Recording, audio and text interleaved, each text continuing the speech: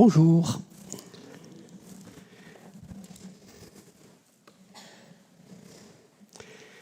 Alors, je vous propose une lecture dans le livre de Jérémie, au chapitre 29, verset 10. Alors, on le tient ouvert. Ah, il n'est pas allumé. Ah, d'accord. Merci. Ah, voilà.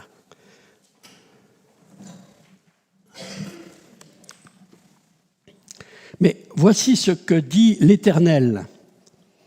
Dès que 70 ans seront écoulés pour Babylone, je me souviendrai de vous et j'accomplirai à votre égard ma bonne parole en vous ramenant dans ce lieu.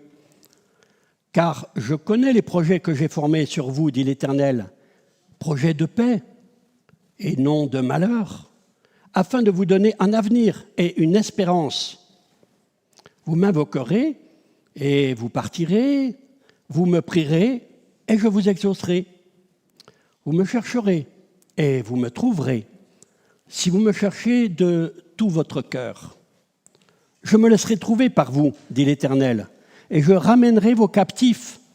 Je vous rassemblerai de toutes les nations et de tous les lieux où je vous ai chassés, dit l'Éternel, et je vous ramènerai dans ce lieu d'où je vous ai fait aller en captivité.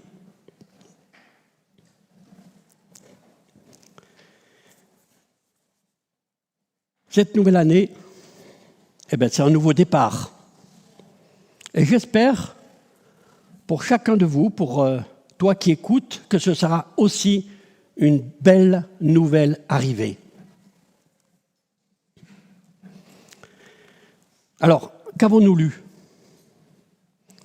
Qu'avons-nous lu ? Mais voici ce que dit l'Éternel.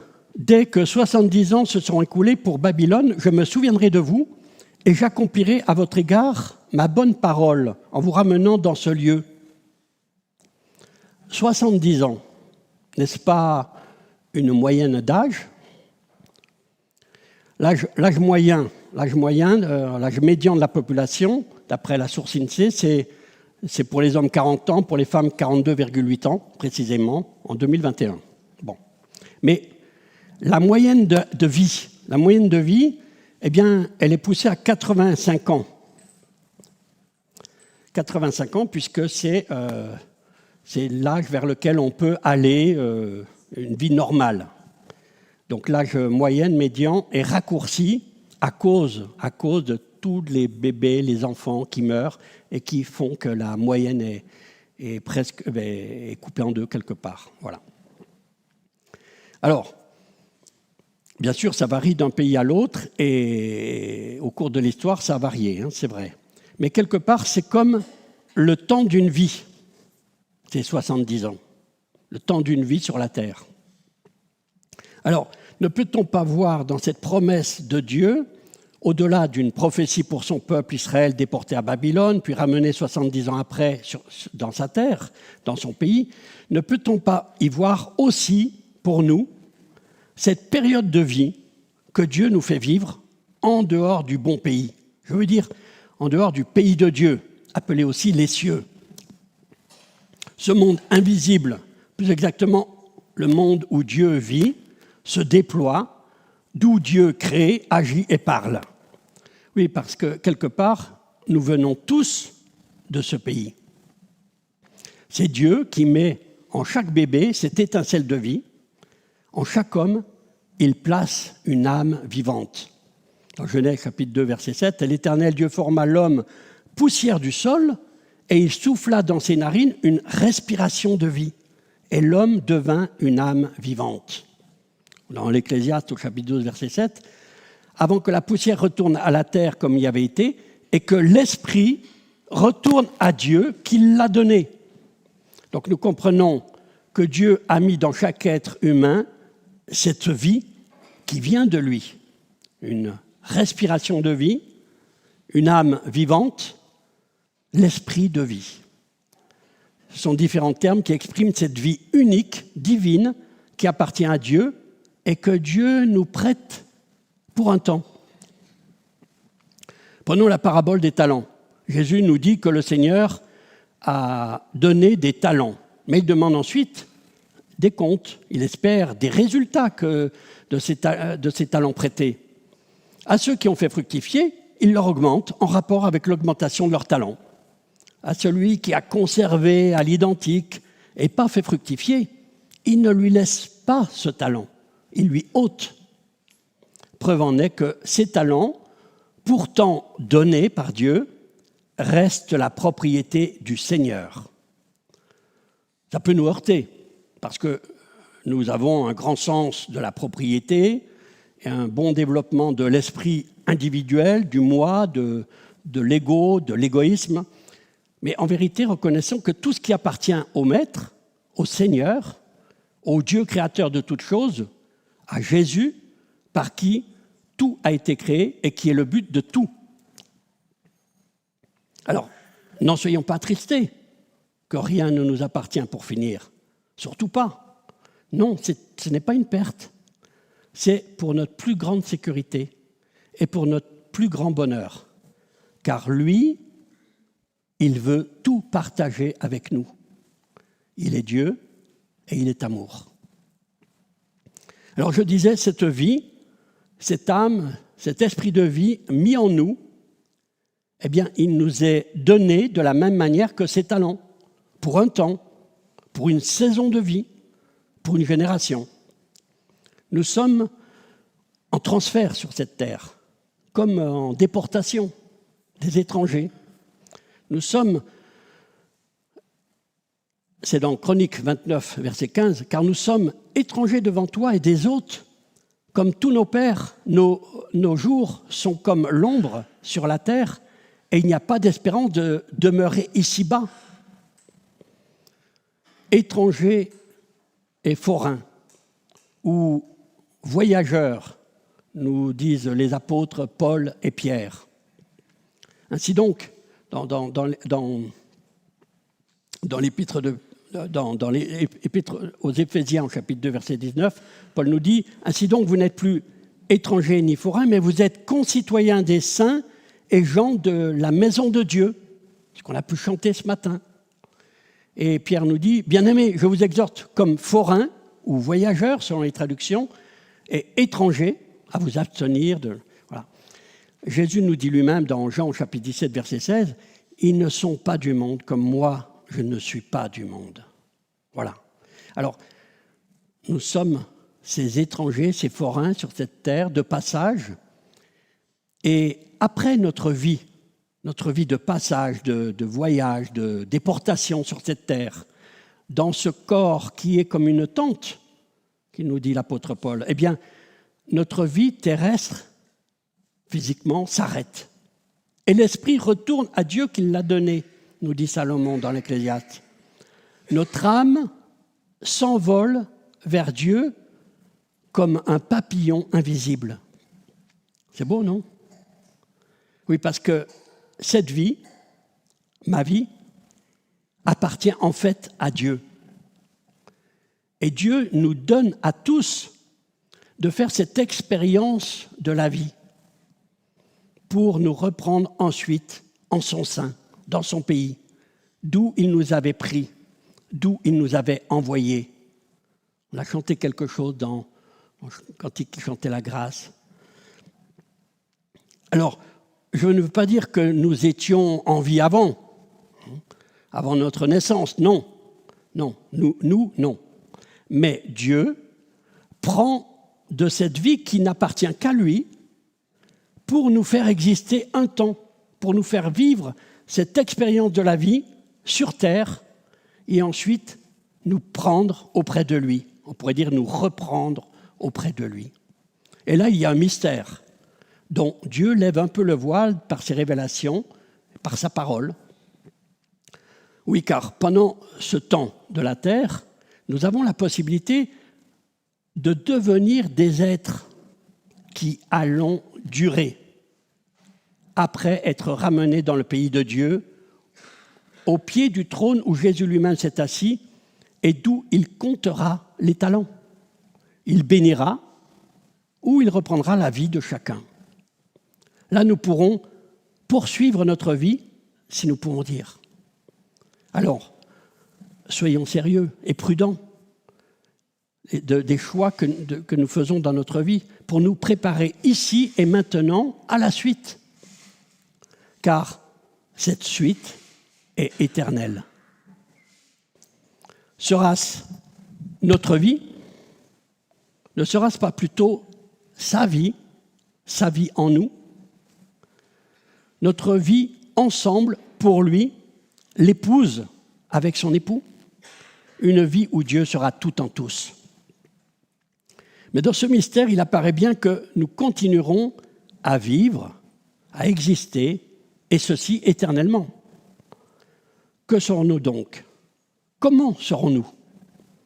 Cela ne nous est pas dit. Serons-nous comme des anges? Dieu nous révèle ce qu'il veut. Pour le reste, soyons patients et confiants. Ce sera mieux que tout ce que nous pourrions essayer d'imaginer. Mais alors, pour le moment, pour le présent, ici et maintenant, eh bien, c'est là tout l'intérêt de cette vie. Parce qu'il y a 2 missions, si nous les acceptons. La première mission, c'est de se rendre compte qu'on est devenu un pêcheur, comme un ver qui se nourrit de la terre, et qu'à ce titre, nous avons perdu le contact avec Dieu, notre Créateur. Qu'il nous faut donc vivre cette métamorphose en rentrant en nous-mêmes, en nous reconnaissant pécheurs, perdus, misérables, voués à la mort et à la mort éternelle. Un ver pris dans tous ces filets de ses mauvais penchants et de ses actes pécheurs. Et là, accepter de mourir à soi-même, à son jeu, à son moi, pour désirer appartenir à celui qui nous a donné sa vie, pour arrêter de gaspiller cette vie, mais la lui redonner, la lui rendre, et que lui nous redonne vie, qu'il nous redonne la vie qu'on a perdue, qu'il nous sauve de nous-mêmes, qu'il nous sauve de cette vie où nous sommes morts, où notre âme avait perdu la respiration de vie avec Dieu. Et vous savez quoi? Oui, vous qui êtes ici, vous le savez. Dieu est capable de nous redonner vie. Jésus nous ressuscite spirituellement.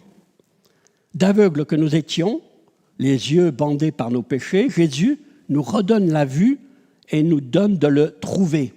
Je parle de cette vue spirituelle. « Je me laisserai trouver par vous, dit Dieu, au verset 14 de notre lecture. » Merveilleux! Grâce du Seigneur qui veut nous donner de le retrouver. Alors, de vers que nous étions, nous sommes devenus papillons, prêts pour rejoindre le pays de Dieu, prêts pour nous envoler au ciel.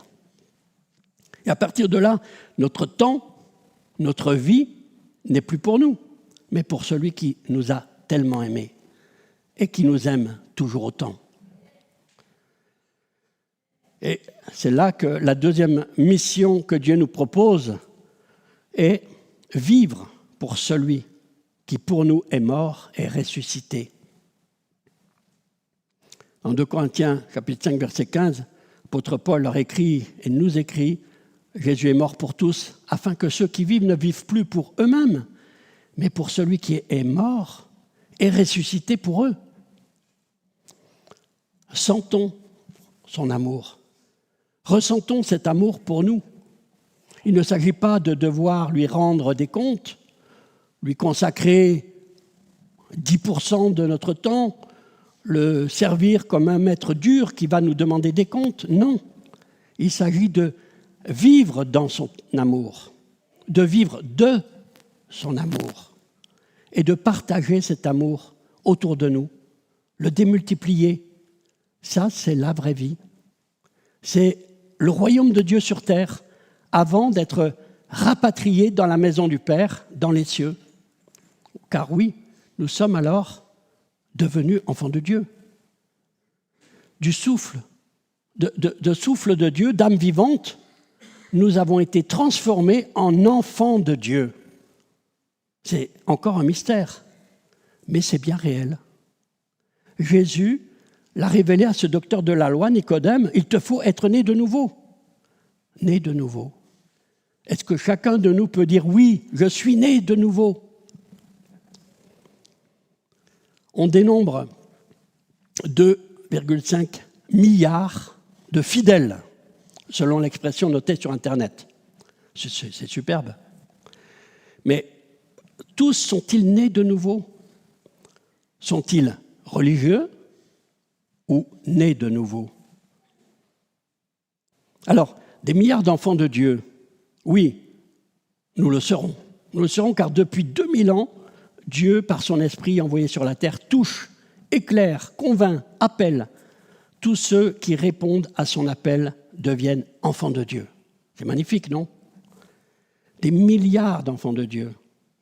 Et nous nous réjouissons parce que nos noms sont écrits dans le livre de vie.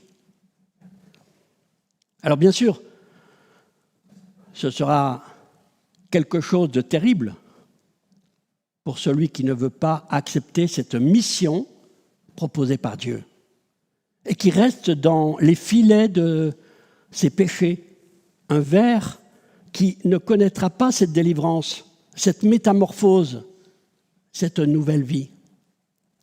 C'est quelque chose de terrible de se présenter plus tard devant celui qui a donné sa vie pour lui, sans zèle, sans talent, sinon le seul talent reçu, sans l'avoir fait fructifier, et de s'entendre dire « ôtez-lui ce talent » pour être rejeté pour toujours de la présence du Créateur, du Sauveur, et vivre là où le ver ne meurt pas et où le feu ne s'éteint pas.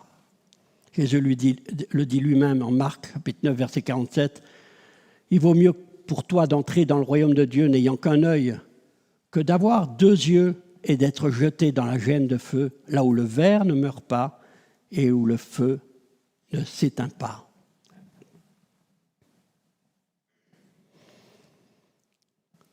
Au verset 11, nous avons lu « Car je connais les projets que j'ai formés pour vous, dit l'Éternel, projets de paix et non de malheur, afin de vous donner un avenir et une espérance. » Eh bien oui, c'est là le projet de Dieu.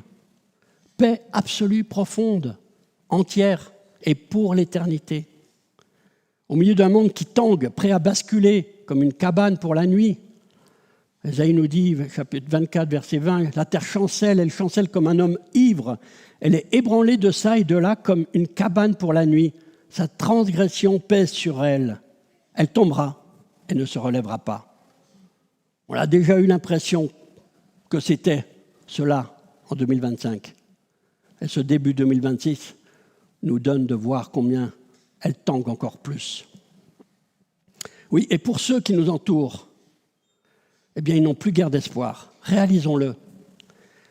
Le suicide représente la 2e cause de mortalité après les accidents de la route pour les 15 à 24 ans. Et la première cause de mortalité pour les 25 à 34 ans. Donc pour nous, Dieu nous donne un avenir actuellement et pour l'éternité. Il nous donne une espérance vivante et sûre. Prenons pleinement conscience de nos privilèges par grâce et partageons-le à nos contemporains. Au verset 12, « Vous m'invoquerez et vous partirez, vous me prierez et je vous exaucerai. » Oui, c'est le très grand privilège des enfants de Dieu qui ont reçu l'Esprit de leur Père pour d'abord l'écouter et ensuite pouvoir le prier, lui faire des demandes selon la volonté de Dieu et non plus selon notre propre volonté. Verset 13, « Vous me chercherez, vous me trouverez, si vous me cherchez de tout votre cœur. » Si vous me cherchez de tout votre cœur. Et oui, si. Alors si vous me cherchez, mais de tout votre cœur.